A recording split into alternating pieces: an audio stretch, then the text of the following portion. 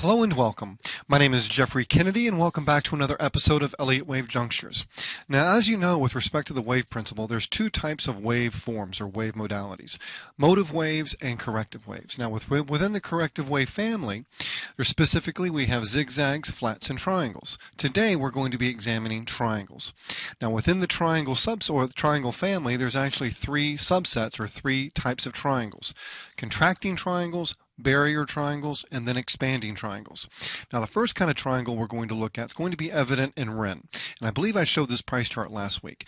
This is simply the contracting triangle variety, and it's easily to identify because the trend lines which connect the extremes of waves A and C and B and D converge. Thus, it's called a contracting triangle. Now, there's a very minor variation to the contracting triangle referred to as a running triangle, and that forms whenever you see wave B exceed the extreme of wave A. And this is what I'm referring to. Here's our McDonald's. Here's our 240-minute price chart at McDonald's. And here's the actual running triangle I'm referring to. This one right here.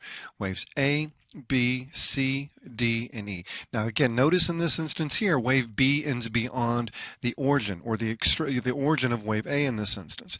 This is referred to as a running triangle, and it's essentially like a subcategory of the contracting triangle variety. Now the next type of triangle there is, as I mentioned, is the barrier triangle, and we'll be looking at a barrier triangle here shortly with respect to soybean meal. And here's the barrier triangle. The barrier triangle is less rare, it's not a very common pattern. In fact, the most common type of triangle is the contracting triangle variety. The barrier triangle will probably be number 2 in that category, and it's easy to identify again because of the way the trend line, which connects the extremes of waves B and D, is actually a horizontal. Now, your AC trend line will slope in the direction of the larger trend. So if you have a barrier triangle, in this instance here, again, notice that the trend line which connects the extremes of wave B and D is horizontal. Your AC trend line, if it's sloping, that essentially argues that the larger trend in this market will be to the upside. This is a barrier triangle. Now, the last type of triangle we're going to examine is going to be an expanding triangle, and this triangle is actually very rare. This type of a triangle forms only, say, 10% of the time or less, and this is Priceline.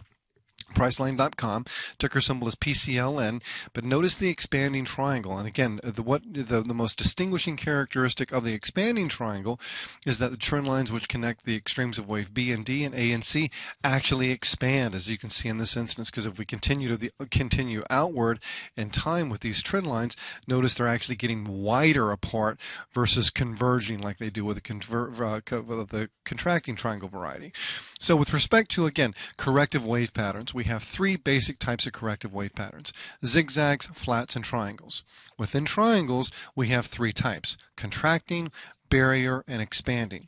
The running triangle is simply a very minor variation of the contracting triangle, and it doesn't really necessitate having its own pattern, so to speak. So again, with respect to triangles, there's three types: contracting, barrier, and expanding.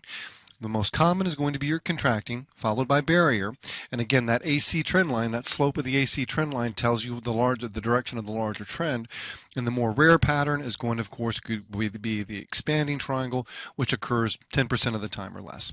That about does it for today. Thank you very much.